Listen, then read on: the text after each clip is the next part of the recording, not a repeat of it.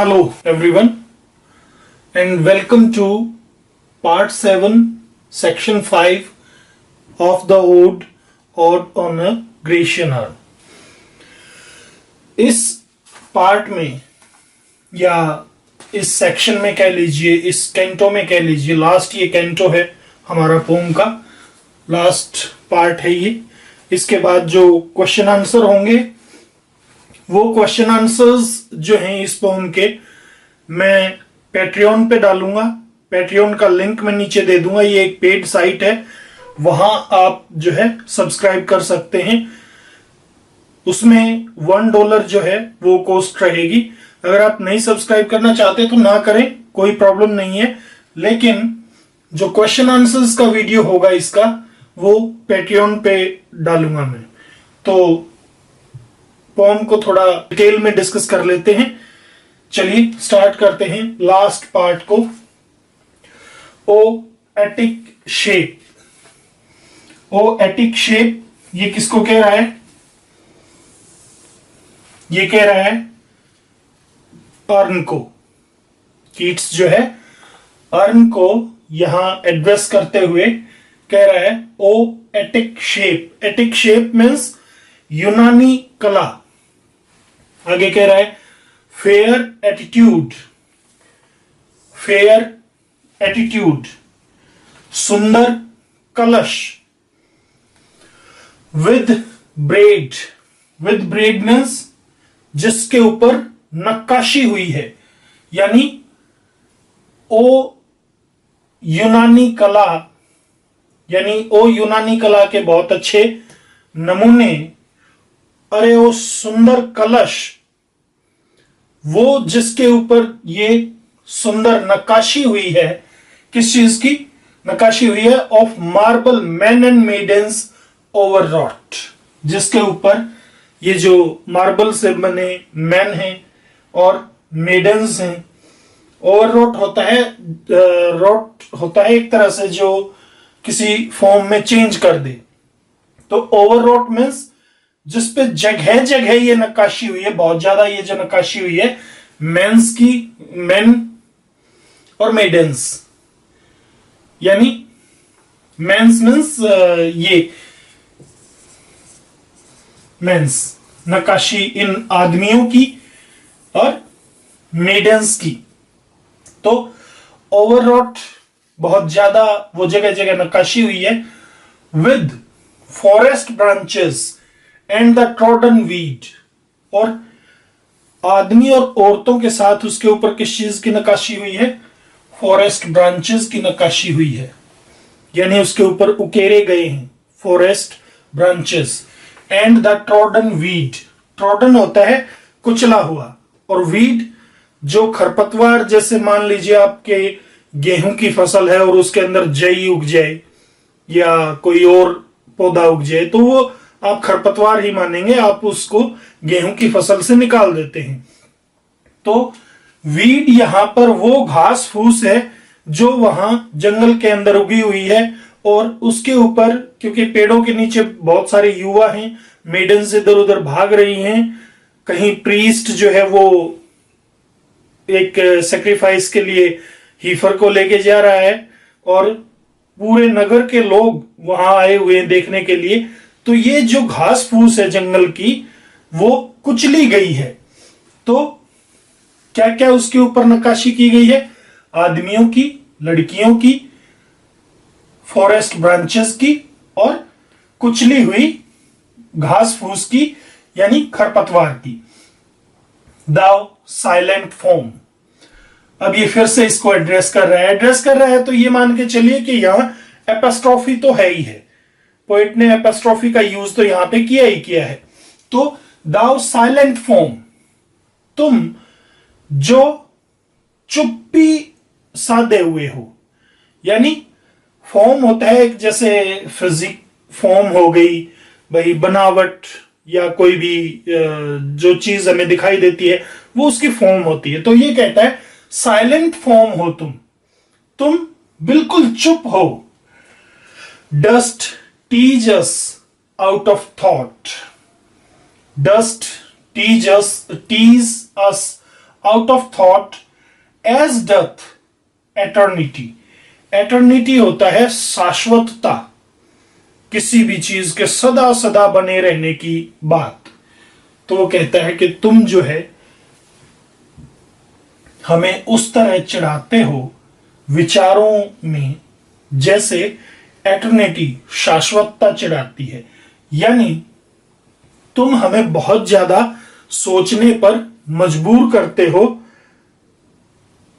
या आप कह सकते हैं कि तुम्हें एक तरह से जो शाश्वतता है जैसे उसको समझना बहुत मुश्किल है, तो तुम्हें भी समझना हमें बहुत ही मुश्किल है। यानी तुम्हें एटर्निटी की तरह, शाश्वतता की तरह समझना बहुत ही कठिन काम है। तुम एक बहुत ही उलझे हुए हो, उलझी हुई साइलेंट फॉर्म हो, जिसे विचारों से समझ पाना बहुत मुश्किल है। कोल्ड पेस्टोरल, ठंडा। पेस्टोरल जो कंट्री साइड का नजारा है, तो ये कहता है कि ठंडा कंट्री साइड का नजारा हो तुम। कोल्ड का यहां अर्थ ये नहीं कि वहां ठंड पड़ रही है, कोल्ड का अर्थ यहां है सूदिंग, आनंददायक। यानी तुम आनंद से भरा एक ठंड का, गांव का, ग्रामीण इलाके का एक आनंदित नजारा तुम प्रस्तुत करते हो हमारे सामने। When old age, शेल्ट, यहां शेल नहीं था, शेल्ट नहीं, शेल ही है, sorry, shall this generation waste.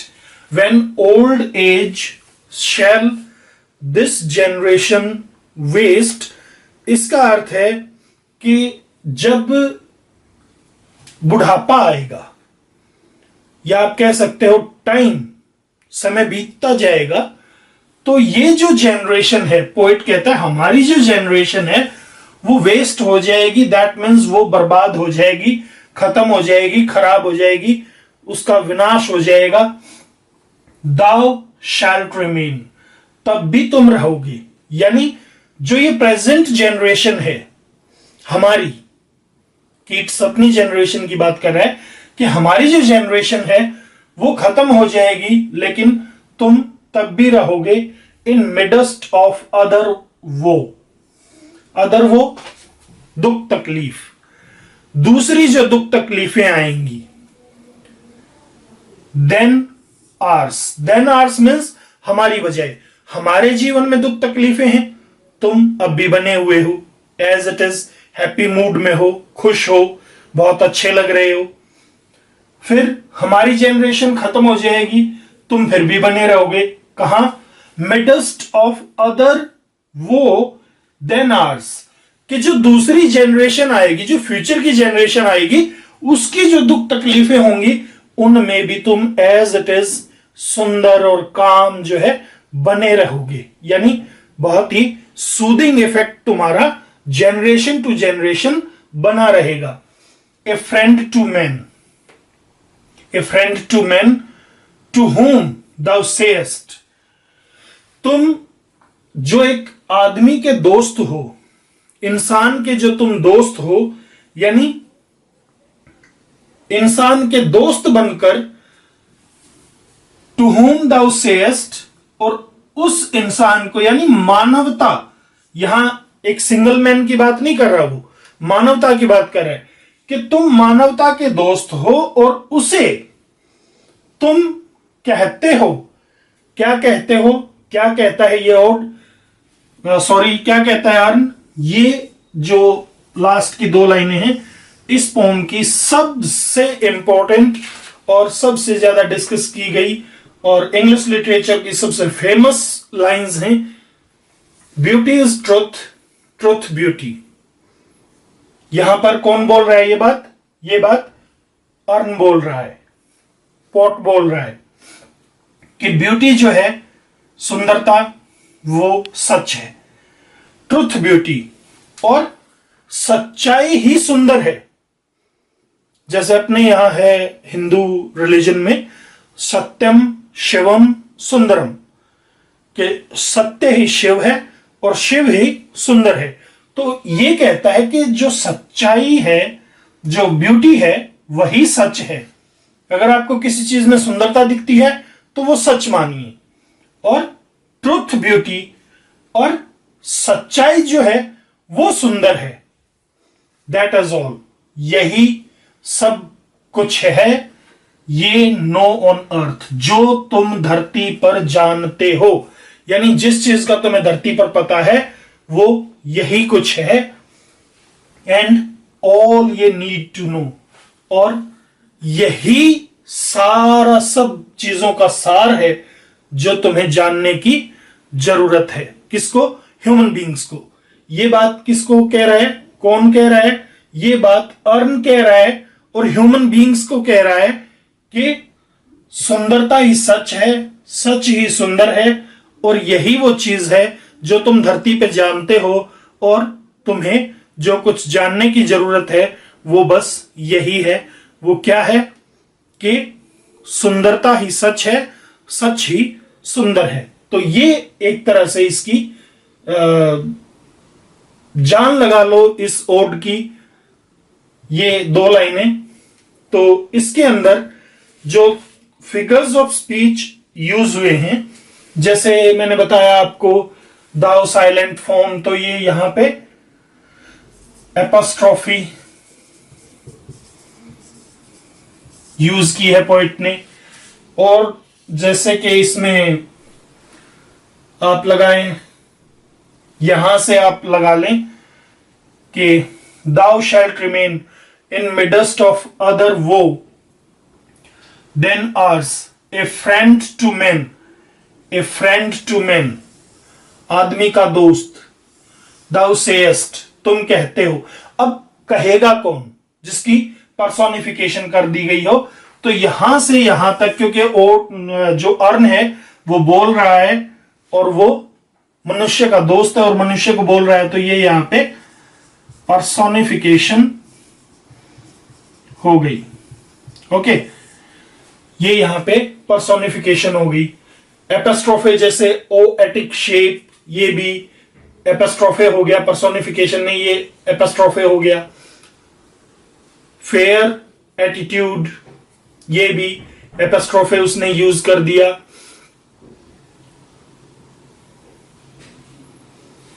जैसे यहां पे आप देखें एटिक, एटीट्यूड, ई, तो ये जो है एसोनेंस का एग्जाम्पल आपको मिल गया। एलिट्रेशन नहीं है, एसोनेंस यहां पे है। ट, एटिक, एटी, एटीट्यूड, तो ये जो है आपका एलिट्रेशन का एग्जाम्पल आपको मिल गया। तो इस तरह से इसमें जो फिगर्स ऑफ स्पीच हैं वो एलिट्रेशन भी है, आपका एसोनेंस भी है, एपिस्ट्रोफे भी है, पर्सोनिफिकेशन भी उसने किया है, और जो पेस्टोरल इमेजरी है वो तो उसने यूज की है। तो ये कंप्लीट हमारी जो पोम है, जो ओड है, odd on a Grecian earn, वो इस पार्ट में हमारा कंप्लीट हो गया। Thanks for watching. नेक्स्ट जो पोम होगी वो आगे डिस्कस करेंगे, लेकिन इसके जो क्वेश्चन आंसर्स हैं वो हम डिस्कस करेंगे पैट्रियन साइट पे। उसका लिंक मैं नीचे दे दूंगा। वहां पर जो भी पेड मेंबर्स होंगे उनके लिए टेस्ट भी बनाए जाएंगे। वहां मैं टेस्ट्स को भी डिस्कस करूंगा, टेस्ट्स की फाइल्स भी वहां पे अवेलेबल करवाऊंगा, और उनके जो भी डाउट्स होंगे, जो उनकी डिमांड्स होंगी जैसे वीडियोस की, वो सारी डिमांड्स भी वहीं पे कंप्लीट की जाएंगी। उस डिमांड के अकॉर्डिंग वहां पे वीडियो बनाऊंगा मैं, और जो जहां पे प्रॉब्लम होगी वो सारी प्रॉब्लम्स वहां डिस्कस करेंगे। यहां जो है YouTube चैनल के ऊपर ये सारे के सारे जो सिलेबस की पोम्स हैं, ड्रामाज हैं, प्रोज वर्क है, जितना भी है वो सब हम डिस्कस करेंगे। लेकिन यहां पर क्वेश्चन आंसर और टेस्ट्स को थोड़ा सा अवॉइड करूंगा ताकि सिलेबस जो है वो जल्दी से कंप्लीट हो, और थोड़ा सा आप अपने समझ से क्वेश्चन आंसर्स को प्लीज प्रिपेयर करिए। Thanks for watching, see you in the next video, till then have a nice time, good bye.